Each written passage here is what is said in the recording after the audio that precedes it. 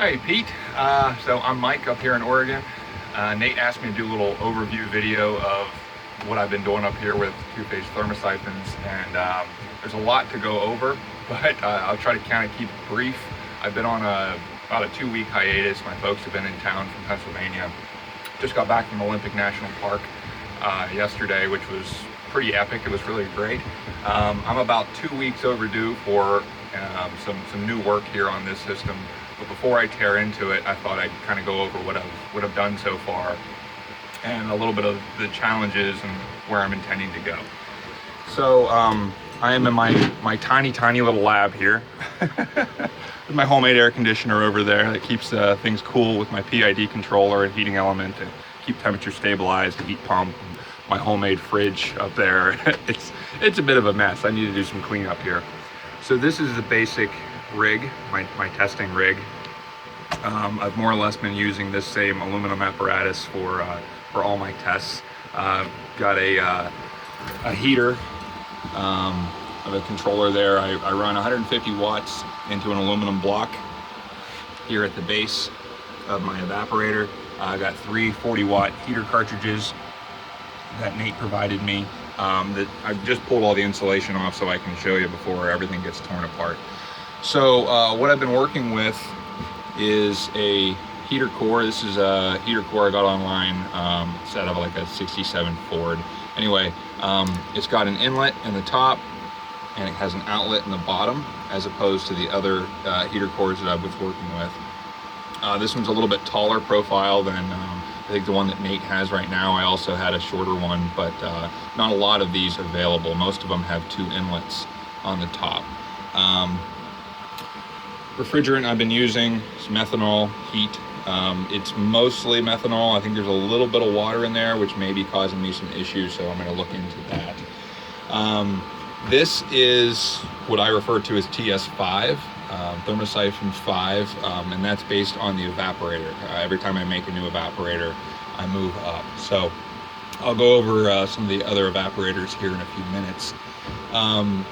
So what can I say here?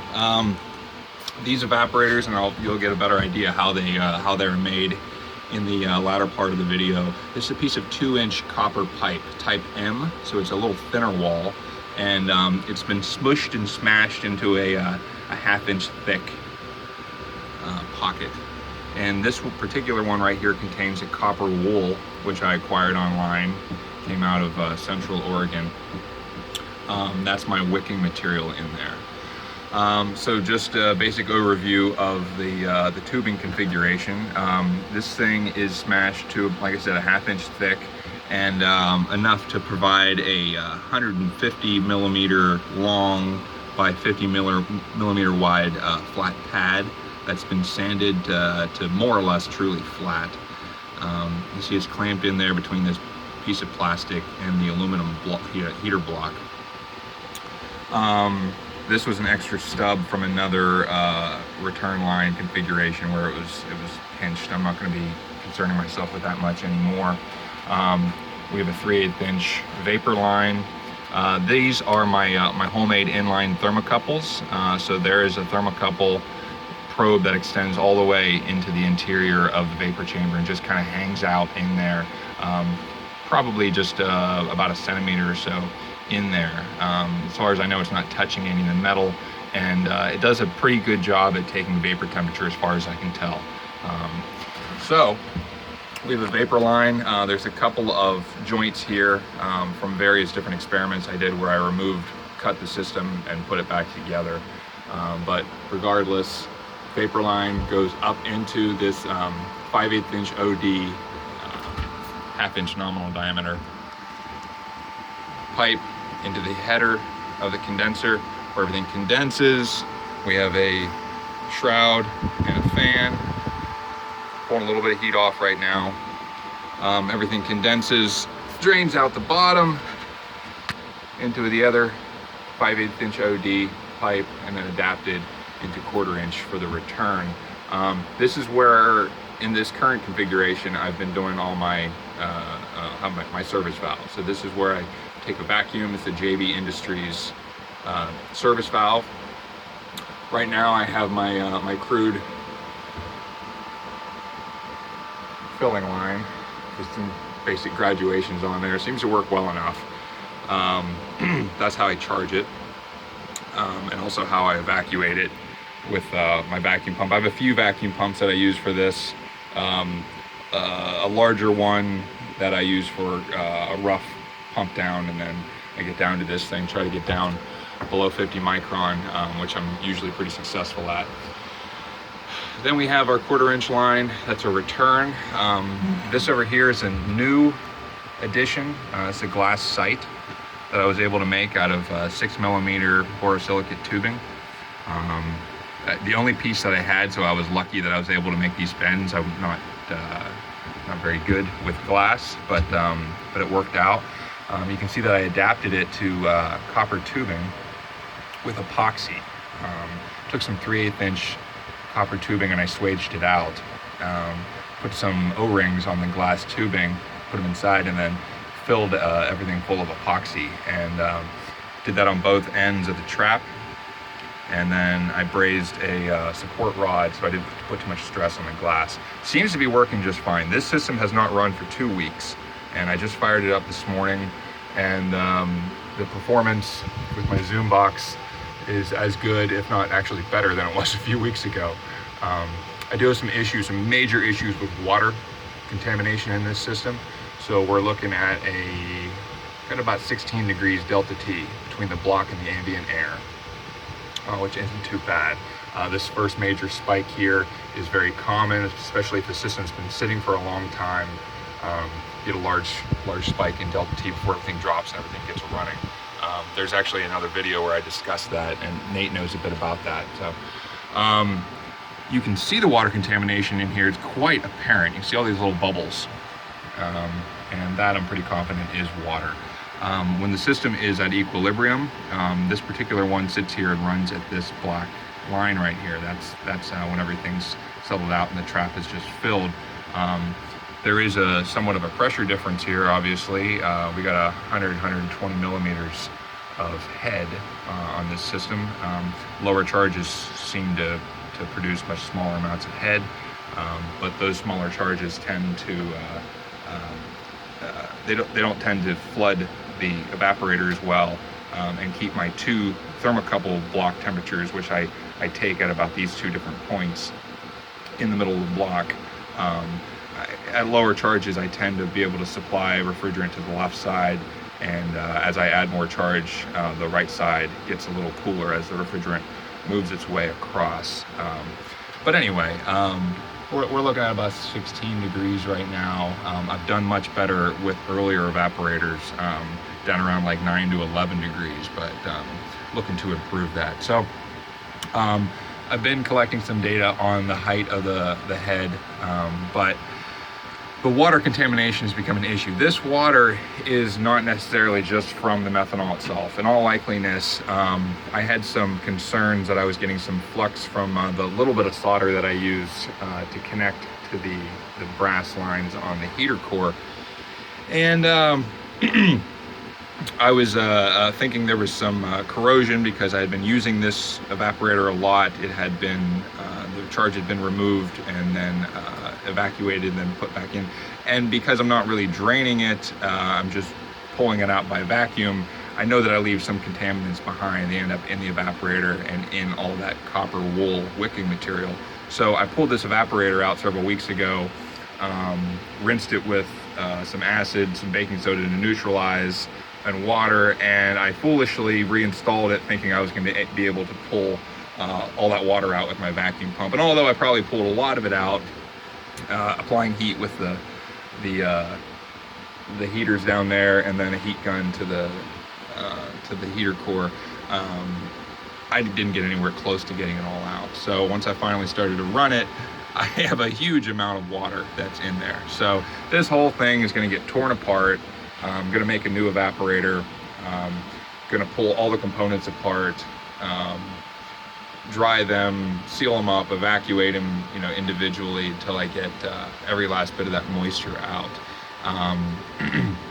Going to continue with the P-trap, and in the next iteration, I'm going to be using the 200 mesh copper wool or copper mesh that Nate sent me. So we're going to play around with that a little bit. I'm going to stick with the same more or less configuration of the evaporator.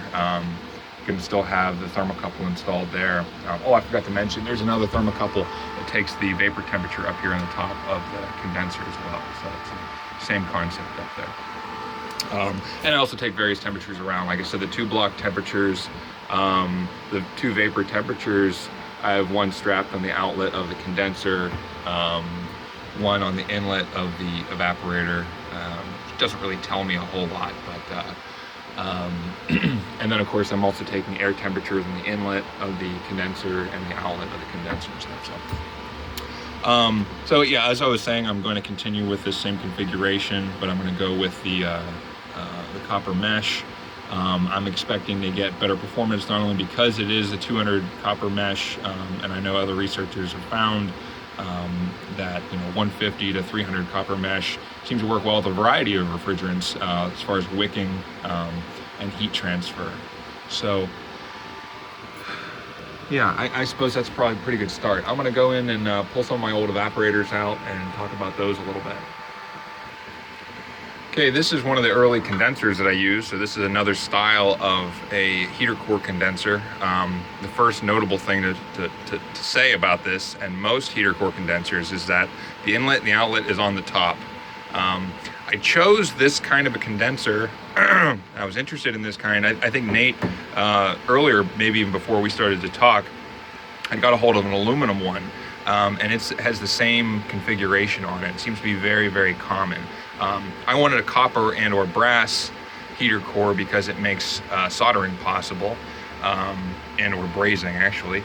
But also I wanted this style of a condenser as opposed to a, you kind of get a side view of it, that conventional refrigeration condenser where you have an active pumping system as opposed to something that's more passive like this.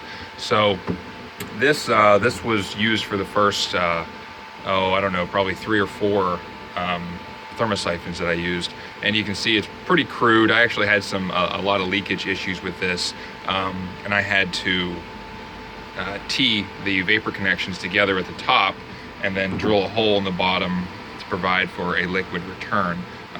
This was for that was another experiment there, and actually ended up being used for a service valve, and this here is for a vapor temperature. So it's not important, but I decided to retire this mainly because of the style of the connections that I didn't care for. So the very first thermosiphon that I built was this crude looking thing. This is the condenser and the evaporator. This is pretty much the whole shebang here. I tried to make my own flat plate before I did the compression. Everything here is more or less soldered on this portion. Those flat plates are made out of 2-inch copper round pipe that was annealed and cut and flattened and bent in the break. I ripped long gouges in the sides of that liquid return in the bottom and the vapor line on the top, and soldered everything together. It was a son of a bitch. And anyway, I made an adapter there on the lathe, spun that out. The entire condenser is it's brazed together, and that's a whole manifold setup there with a 1/2-inch water pipe on the top and bottom, and 3/8-inch copper tubes that are flattened and then placed in holes that I drilled. Everything's by hand, no drill press, no. So anyway, it worked. I think I was pumping like 90 watts into my heater block, and I think I got like 45-degree delta T. It was pretty abysmal. It was also working vertically. I had no wicking material whatsoever in there, just flat plate. I think I sanded and scuffed up the copper a little bit. It was a pretty bad first attempt. Would have probably worked a lot better if I would have had it horizontal. Can't guarantee how good of a vacuum I had on it. I wasn't even using a vacuum gauge. Even though I owned one, I didn't think it worked, but I got it out and fiddled with it and got it working, because most of my refrigeration work is propane. It's pressurized systems. I usually end up not concerning myself too much with the cleanliness of the system when I first start, because propane's not terribly clean. Just looking for decent performance, but with this, everything's a lot more critical. So Actually, I moved away from that and tried to do a brazed version of it, and my initial concerns were that I would warp the copper, and I did. I actually ended up warping that, and I tried to fill it in with braze and sanded. It was a mess. So just abandoned that. Moved on to a pipe configuration like this.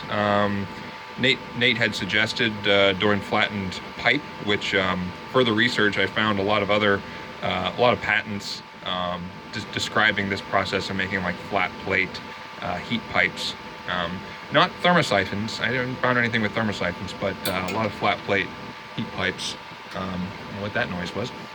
Anyway, say I flattened this, and I flattened it on the bottom. Just used some steel and aluminum that I had in the shop to flatten it in the vise, and then I have some holes drilled there for a vapor line and a return line. I just used copper scrubbing pads from the dollar store for my wicking material, and I made kind of a spring to hold it down against. Performance, I mean, it was down around 20 or 22 degrees Celsius delta T between the block, and I think I was running at about 120 watts, so I was starting to pump a little more heat into it. But again, performance was pretty bad, and I think there was a lot of flux in this from all the flux that I used to fix up and to seal that condenser. It had some holes from the manufacturer, some little pinholes that I kept finding.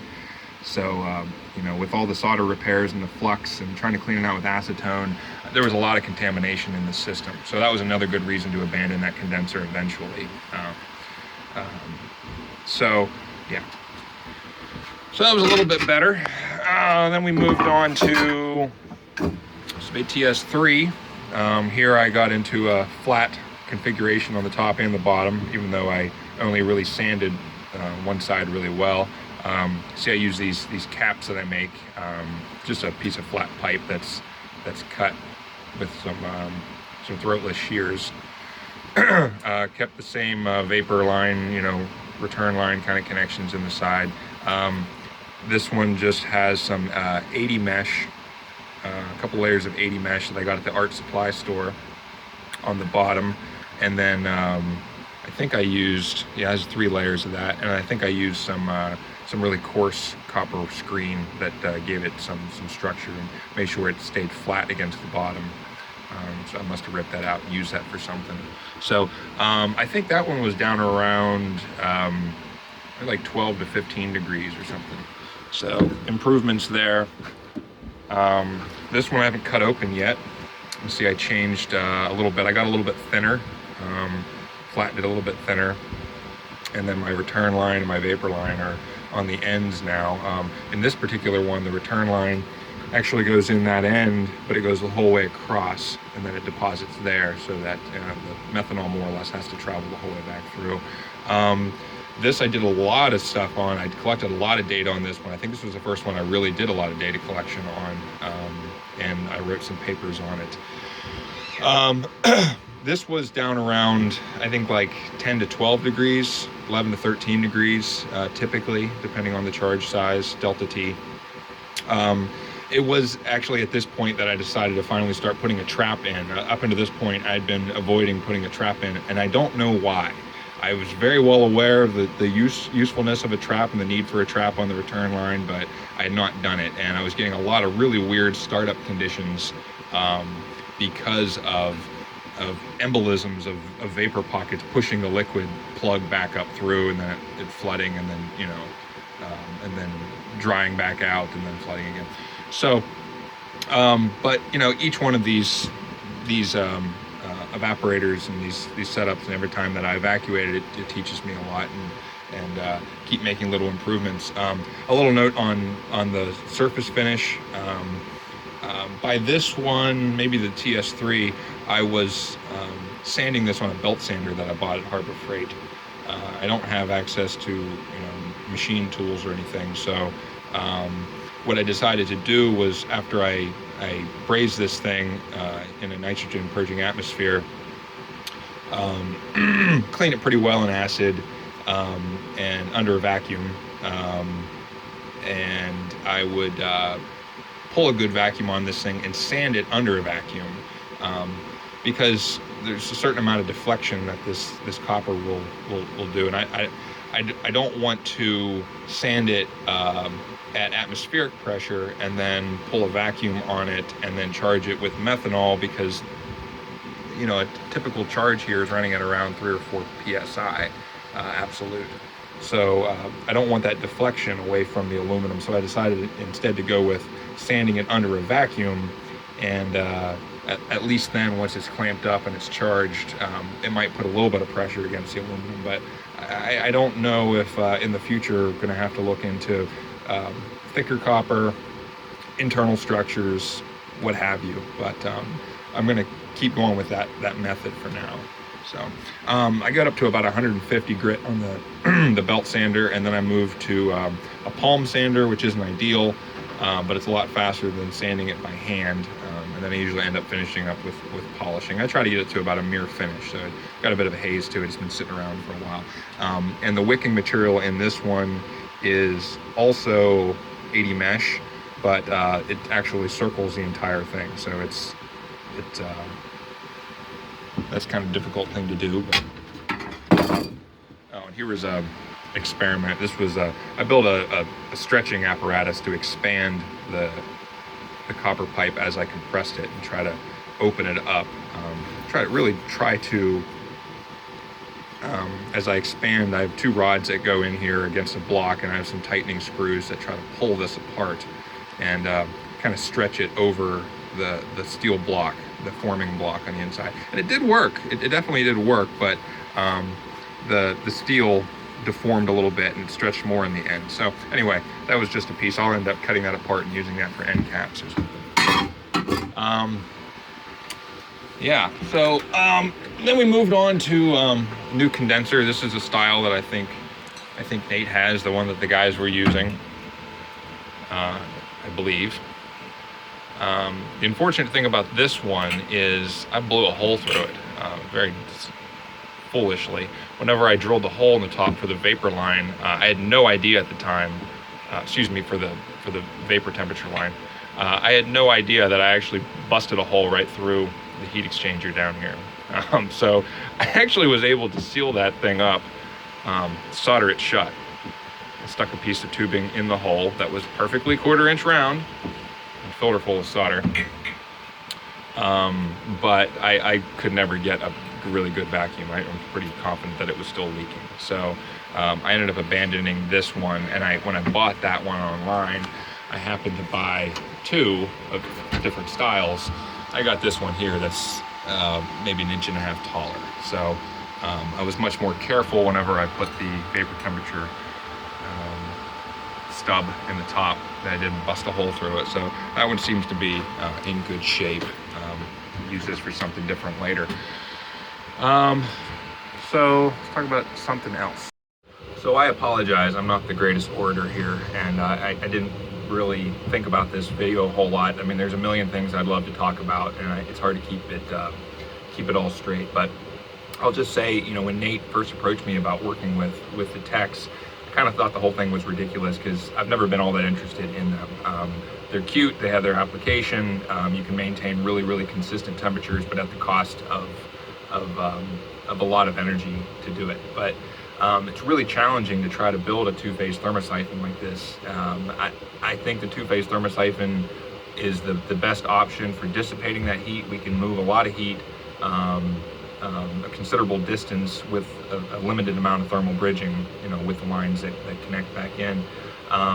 And really there shouldn't be any methanol, very little methanol transfer from the condenser back to the evaporator whenever the system is off.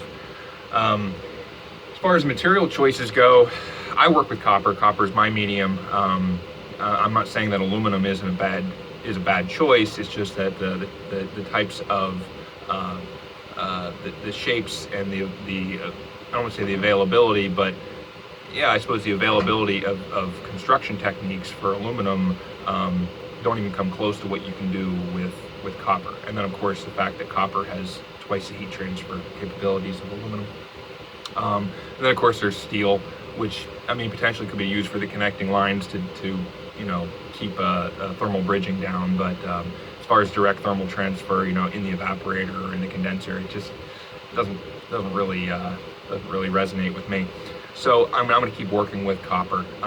There's issues with the thermal, obviously the thermal bridging or thermal transfer from the heater block into the methanol. So I need to improve things with the wicking material.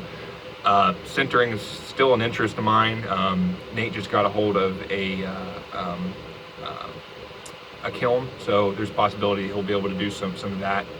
I know he's getting into some making an aluminum heat exchanger for PCM now. So sintering might be an option. I like the idea of using mesh. Mesh is commonly used in lower price heat pipes, as is wools and felts and things like that. Could really reduce the costs of manufacturing, but first you have to, provide that it can do the job. Maybe there's a way that you can sinter that mesh down to the copper surface. I don't know. I'm going to keep working with it because I'm getting pretty reasonable results out of it, and it's easy for me to work with considering the lack of resources that I have here. I'm doing this all on my own, after work and everything. So I'm really enjoying this, and I hope Nate's going to have some success on the PCM side, and maybe we can meet in the middle somewhere. I want to eventually be able to take my evaporator and possibly turn it vertically like this, such that I have a flat side on both sides and techs can be mounted on both sides. The reason being, I can have a smaller evaporator and dissipate that heat to a large number of techs. And in order to do that, I'm going to have a wicking material that's able to wick that methanol or whatever refrigerant we end up using up the inside wall and effectively absorb that heat from the techs. Probably going to get rid of the block.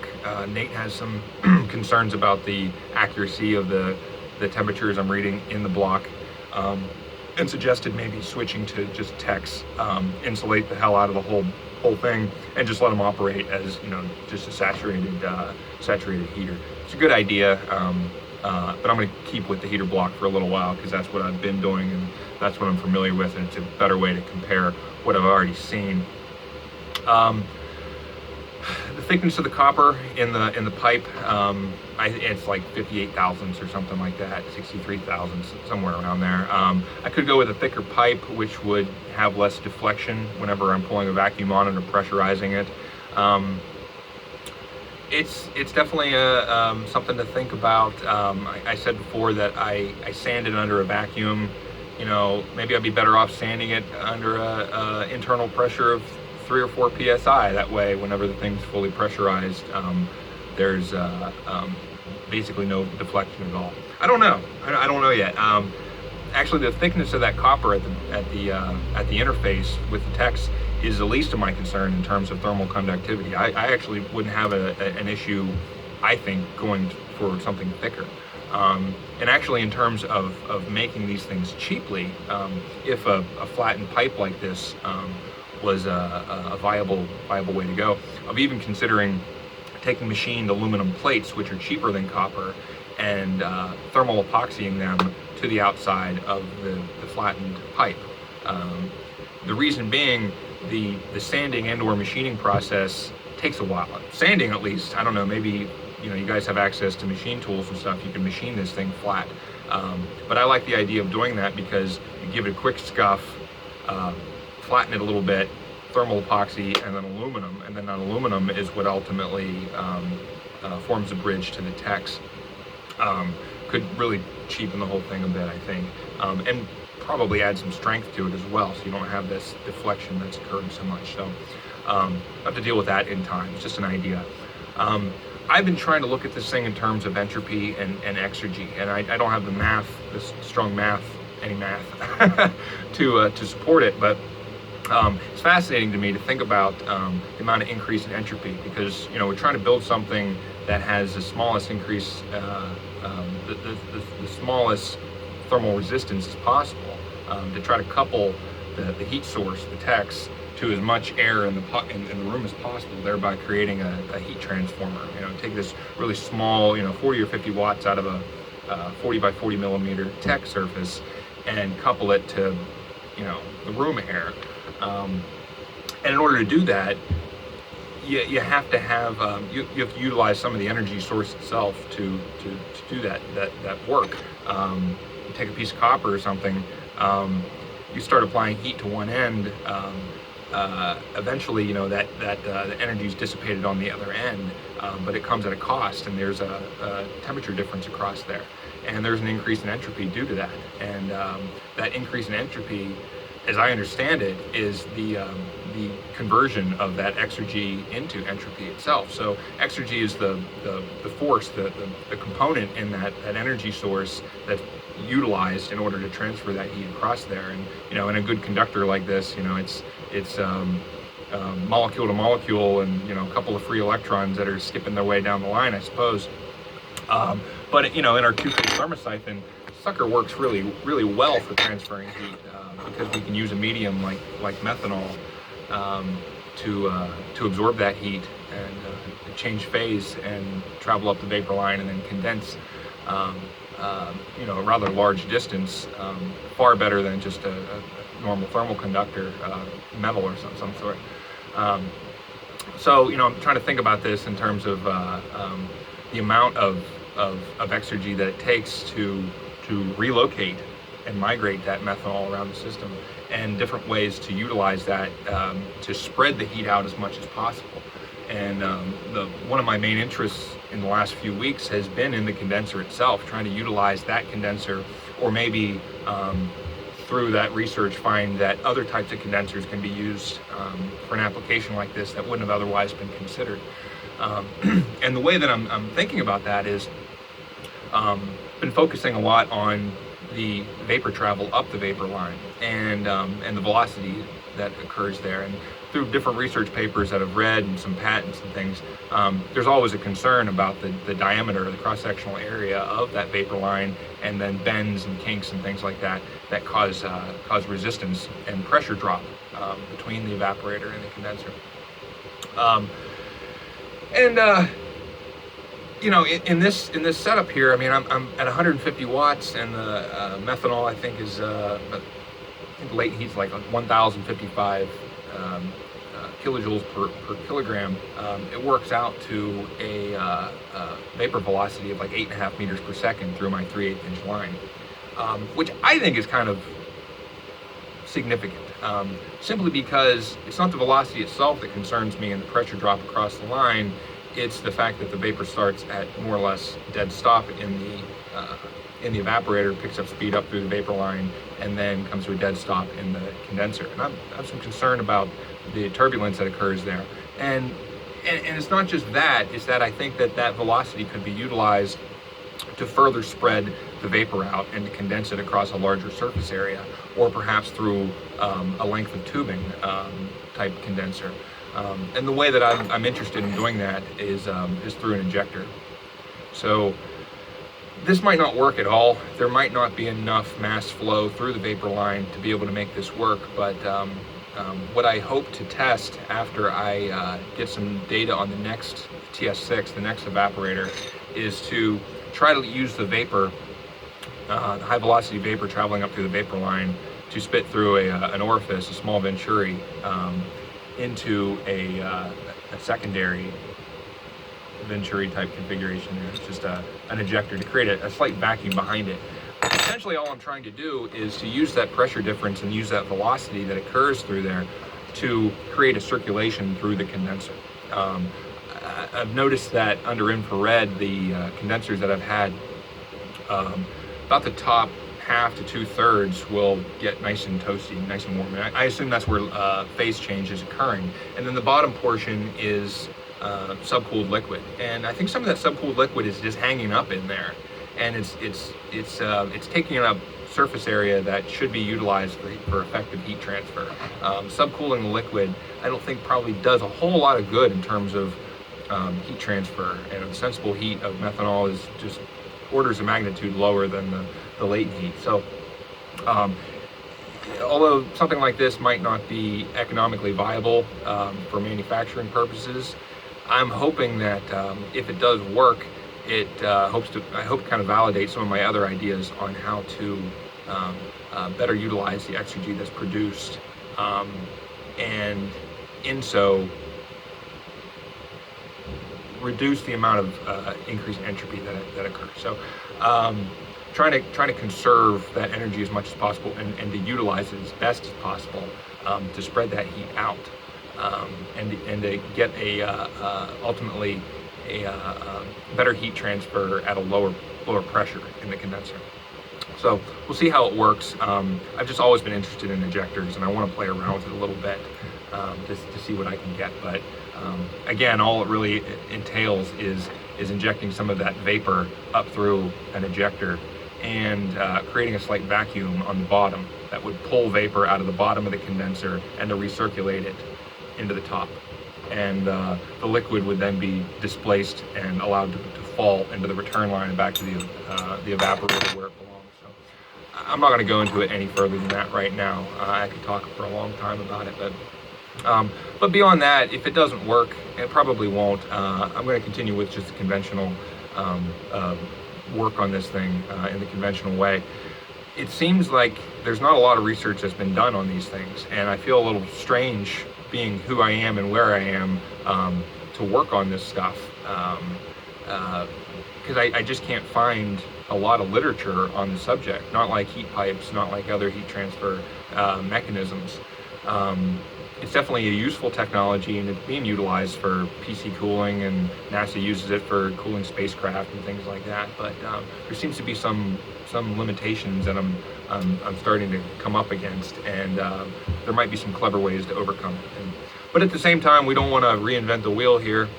We just want to make something that's cheap and cost effective. So eventually I want to kind of compress the whole thing down, and strap some text to it, and get them in a small insulated fridge, and maybe just throw some aluminum blocks on it with some fans, and make my own little fridge. See how low temperatures I can get to. That's mostly just for fun. My main interest is just getting this Thermosiphon, getting the performance up, and figuring out what's possible to manufacture cheaply. So I've already gone on too long. Hope I didn't bore you to death, but I just wanted to introduce you to what I'm doing and where I am. One more thing, I'm really interested in thermal refrigeration right now, thermal base, maybe a solar ejector system again, because I like ejectors. And there might be a possibility of utilizing that and creating a hybrid system sometime in the future, but that might just be myself working on something like that, and that's probably a longer term project. But the Thermosiphons are a lot of fun, and then once we get through this, we'll have to start working on some heat pipes, and looking at some refrigerants for that. Yeah, so I'll quit stalling and just shut this off. So thanks for watching.